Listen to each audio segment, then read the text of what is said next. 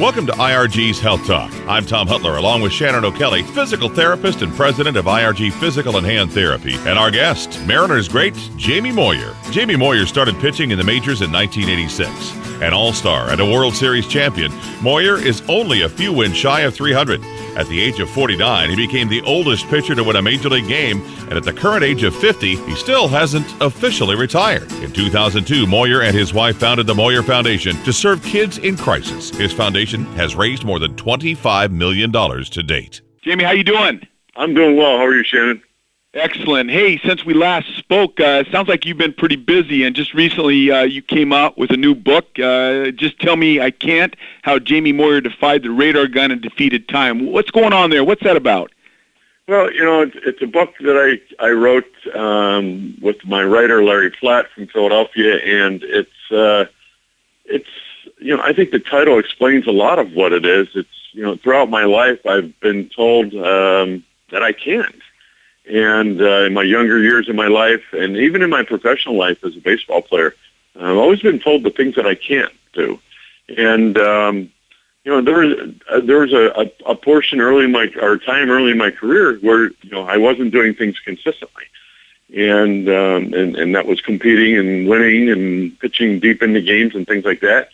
And I had the good fortune of meeting a gentleman by the name of Harvey Dorfman, who's a sports psychologist, and really kind of helped me with the mental part of the game. And again, that's part of the reason for the book as well. Just Tell Me I Can't. This gentleman gave me a lot of skills and sent me in directions that I had never experienced before on the mental side of the game. And we know baseball is a very physical game, but there's a lot of the mental side that is involved with it. So through the book, I've shared a lot of stories with Harvey and I, or Harvey speaking to me or me speaking to Harvey, and really feel like it crosses over into everyday life, experiences of success and failure that we've all kind of had and people can relate to. Yeah, and so you talk about Harvey Dorfman, and he was a sports psychologist, and in the book, I understand, back in those days, that was your mid-20s. Was it common for athletes to essentially seek out sports psychologists? It was something that, some guys did. Harvey worked with a lot of different baseball players, and he was very good at it. But, it was something that, it wasn't something that, everybody did, but it was something that a fair amount of guys did. And then actually organizations started to hire people like that. To work with their players and work with their coaches and work with their front office people. And, I think some people thought it was quite beneficial. And I think there's other organizations and players that thought, this is all, a bunch of, or a waste of time. And, I was really to the belief that it really helped me, and it did. And, again, after when I met Harvey in 1991, I continually worked on this part of my game, the mental part, and used it throughout the remainder of my career. And I really believe and truly believe that, we could all use something like this. And a lot of it's just reminders, but it's also there's some skills that you can learn and challenges to challenge yourself to become not only a better athlete, but a better person in your daily life. Yeah, I think it was Yogi Berra. Didn't he once say 90% of this game, or what did he say, half of this game is 90% mental or something like that? Yeah, something to that effect, yeah, and it is. I mean, you think, like you said, you watch baseball and you see, everybody has physical ability. But, baseball's a game of failure, and how do you deal with that failure? And that's where, I really struggled with the game because, again, I really wasn't the consistent player that I wanted to be. But I didn't know where to go, and Harvey was that person, and like I said, I just thought it was a great way to share, and this is a book that anybody can read if you're a kid, an adult, in business, if you're an athlete, and I think everybody will be able to relate to it. Absolutely, and in your mid-20s, I don't think people realize, but I think if I remember in the mid-20s. You were almost out of the game, or close to. Yeah, at 29, I was offered a coaching job with the Chicago Cubs in the minor leagues, and 20 years later, I retired. So, if I really believed that I should take that coaching job, I would have never had the experience of challenging myself to become better and become the player that I wanted to become. Well, I'm curious, from a standpoint of you must have had several doubters around you or in your life. What one principle did you learn or did you use to ignore those people? Because that's tough when people are doubting what you can do. How do you develop that confidence, whether it's baseball or professional life or even dealing with young people in the world today? Right. Well, I think what it took for me was, number one, was to realize what I did well, and learning what I did well, and then reiterating what I did well. But one of the things that we talk about in the book a lot is focusing on the task at hand. And for me, I'll simplify it and say, okay, the task at hand for me is to make a pitch with good mechanics and execute that pitch. Instead of trying to think about, okay, I have to throw this pitch, I have to get this hitter out, and I'm worried about what the fans think, or I'm worried about what the media is going to say, or I'm worried about what my manager is going to say, or I'm worried about my job. Are they going to send me down to the minor leagues? Are they going to release me? All those things start to clutter that one goal is focusing on the task at hand. So learning to separate things or compartmentalize things became very, very important for me, but also establishing a plan and sticking with my plan on a daily basis, and not just while I was out on the mound competing, but what I did the 4 days in between my starts. And people need to know you worked hard on those 4 days between your starts. I mean, you focused on a lot of physical activity training. It's a lot of mental, like you talked about, but you also worked hard because, like Tom mentioned in the opening, at age 49, you became the oldest pitcher to win a game, and that's pretty impressive. Yeah, but again, you to get to that end, you got to start somewhere, and you got to have a big.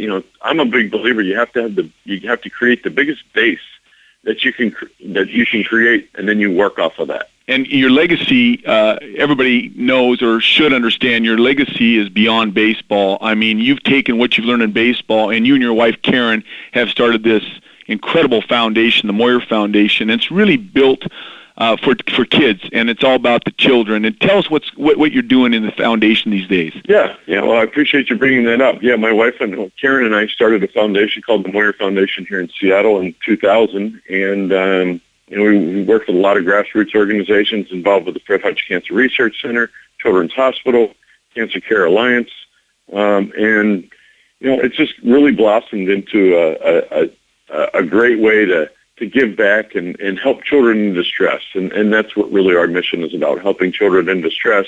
And through that, we've been able to create a network of bereavement camps throughout the United States, which the original camp started here in Snohomish County in 2002.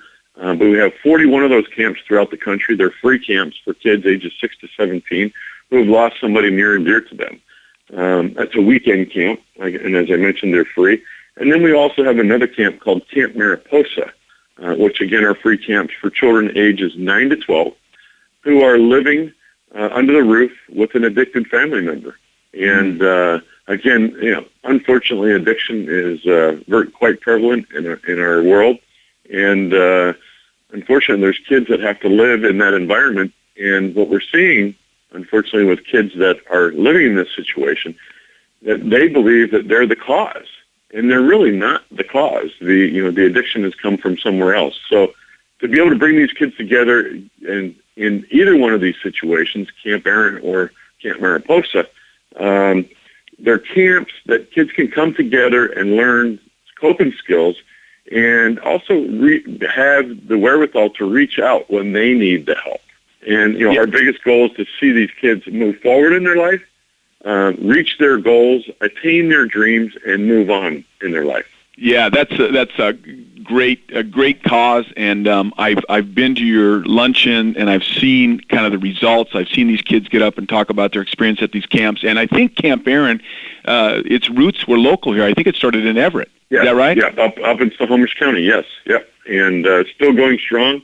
And like I said, very proud to say we have 41 camps throughout the country. This being the first year that I haven't played, I've had the good fortune of getting to a number of camps. And throughout my career, I've been able to sneak into a couple camps here and there.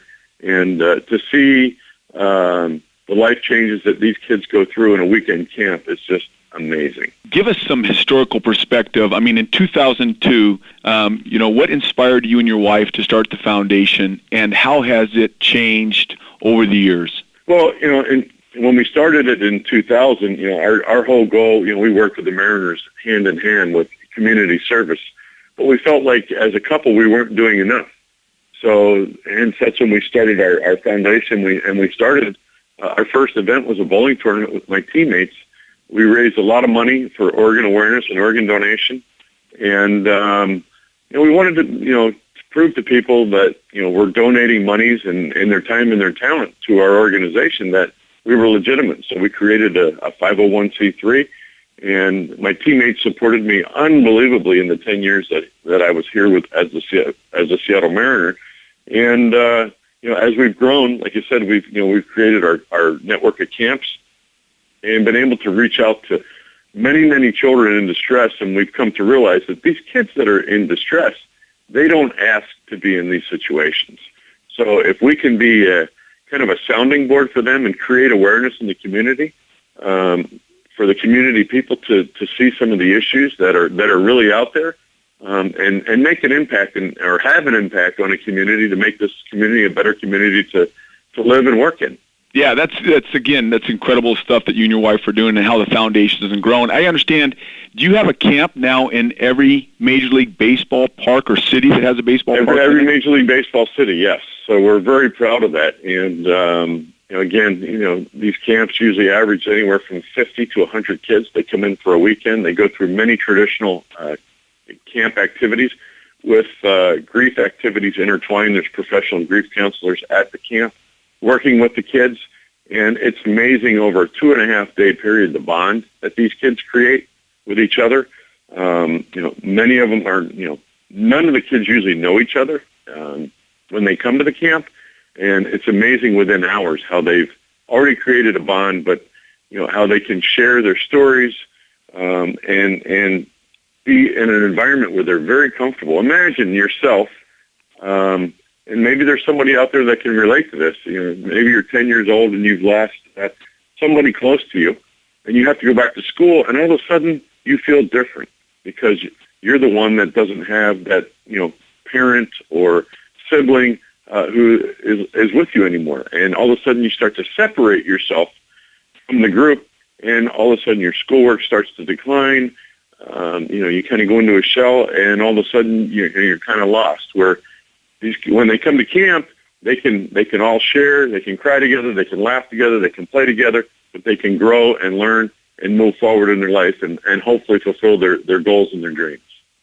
So if we have listeners out there that want more information on, one, the Moyer Foundation, or even two, this new book that's out, Just Tell Me I Can't, where would they find information? Well, you can go, if you want to learn more about our foundation, you go to MoyerFoundation.org. And the book, Just Tell Me I Can't, is being sold at Barnes & Noble. You can also go to Amazon.com and find the book. So hopefully everybody will go out and enjoy that and share that with your friends. Absolutely. Jamie, it's always a pleasure talking to you. And again, I always look forward to the Moyer Foundation luncheon. Well, Jamie, thanks a lot for your information, and congratulations on the book. And again, good luck with the Moyer Foundation. It's a great cause. All right. Thank you, Shannon. Appreciate it. You guys have a great day. If you'd like more information on the Moyer Foundation, go to MoyerFoundation.org. IRGPT